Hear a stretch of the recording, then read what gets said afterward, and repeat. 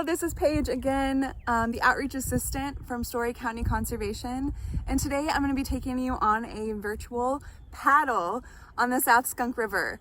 I'm going to be doing a little explaining to show you that it's not terribly difficult to get yourself on the river and get paddling.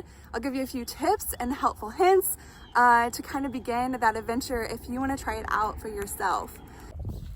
The South Skunk River has a few different trail options. There's lots of access points for put in and takeout. Here at Story County Conservation, we're proud that the South Skunk River is a state designated water trail.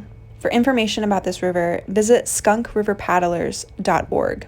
When you're at your takeout location, look around and take in your surroundings. Look at important landmarks so that way you don't miss your takeout. We're going to use this bridge to tell us when it's time to take out. So that way when we're downstream and we're paddling, we know to begin getting on the right side of the river so we don't miss our exit point, which is this beautifully paved access right here. Now the river looks a little low today. It doesn't take a whole lot of water to paddle, but we might be doing a little walking on the river. We'll see how it goes. This was my first time kayaking this portion of the river, and as you continue watching, you will see that this is not the correct location if you're going to launch from South Park in Story City. This access is a takeout location. If you're going to put in here, you actually need to walk your kayak below the dam.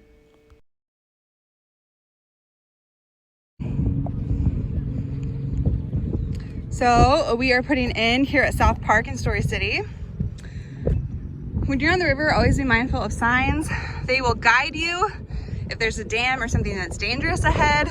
This says that there are dangerous rapids. So we're gonna go ahead and walk up there and make sure it's all good to put in right here. If not, we were gonna have to put in a little lower. Here are a couple things that you're gonna need. You have to wear a life vest. It's required by law in the state of Iowa. And when you're putting on a life vest, it has to be tight. So that way if you were to go into water, your head would stay above water. Here are a few things that you'll want to bring when you get on the river. Make sure you have water for however long you're going to go. We have a couple of bottles of water because we're going to be spending the whole day on the river. And we also brought a picnic lunch. One other thing that you have to be mindful of is sun protection. The water reflects that sun back onto you as you're kayaking, so the sun can get pretty intense.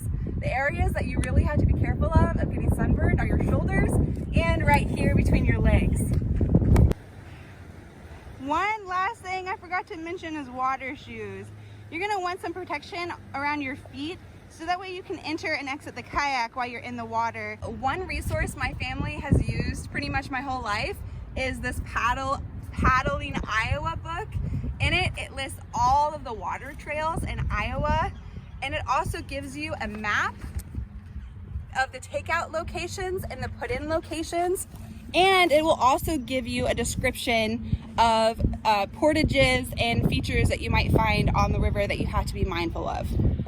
One way that we've used this book is that we have documented when we've gone on different kayaking trips over here in this area, this margin here, and we kind of wrote comments about who was on the trip and what we saw and the date that we paddled. So it's just been one way that our family has kind of kept track of our kayaking adventures. I think this one, the South Raccoon River, we either took in September of 2001 or 2007. So that was like 20 years ago. So it's kind of neat just to like look back and see, you know, the different rivers that we've kayaked on. Make sure you check the water levels before you get on the river. If the river's too high, it can get really dangerous because the water's moving really fast and it would be easy to get swept under trees and not be able to get out from them. You can check the water levels on usgs.gov. I think it's .gov. And that will tell you a good estimate of how fast the water is moving. So here we are at South Park in Story City, and this is where we're gonna put in at, right here below the dam. Now, there is a takeout location in the park above the dam. If you decide to start your kayaking trip here, make sure that you go ahead and drag those kayaks over here so that way you stay safe. Before we begin, I'm going to give you a few tips on how to kayak. Now, I'm not the professional.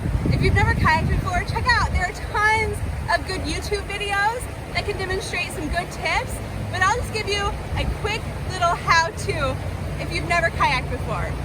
So, when you're getting into the kayak, you want to keep your center of body as low as you can.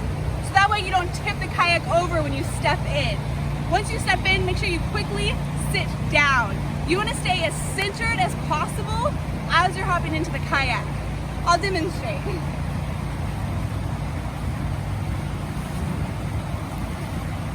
Now, when you're putting your kayak paddle together, this side, the side that's indented, that's the side that should be facing you, because it's going to pull the water away to propel you forward.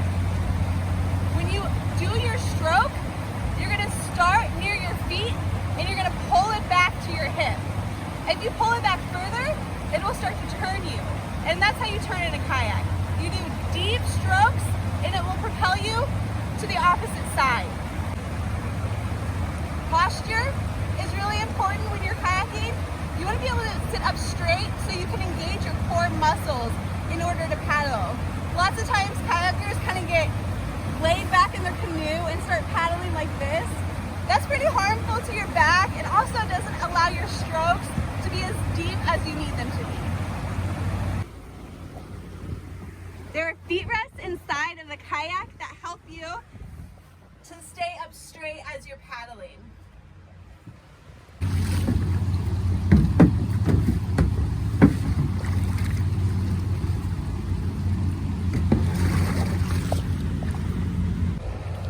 Out kayaking with me today is my lovely mother.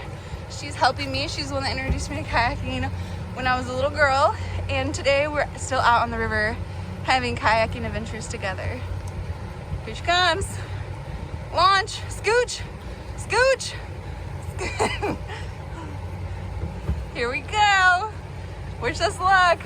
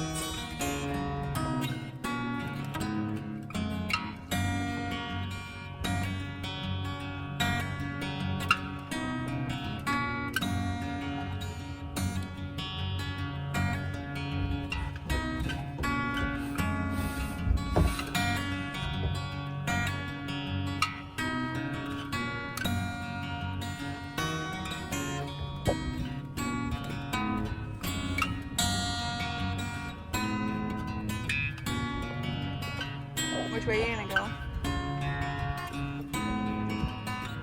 You're gonna go that way? The left? It looks a little deeper.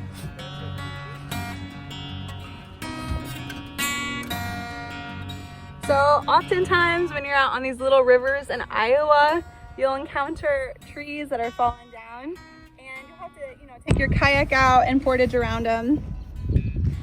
Probably the biggest danger, other than high water in the state of Iowa, are these dams.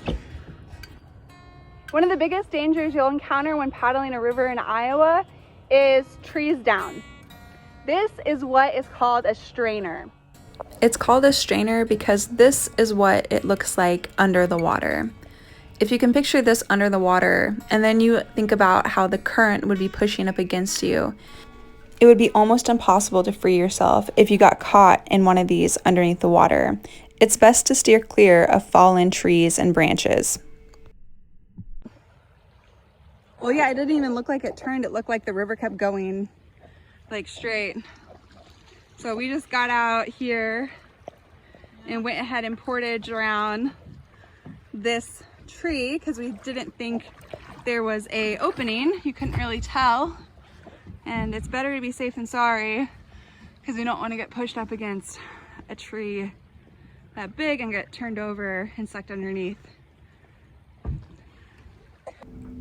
This water trail that we did today was about 13 miles and it took us 6 hours. Now this time includes a few different stops and several portages that we had to make because of downed trees. But when you're paddling, about 2 miles an hour is probably where you're going to be. Thank you for watching, and we'll see you again soon.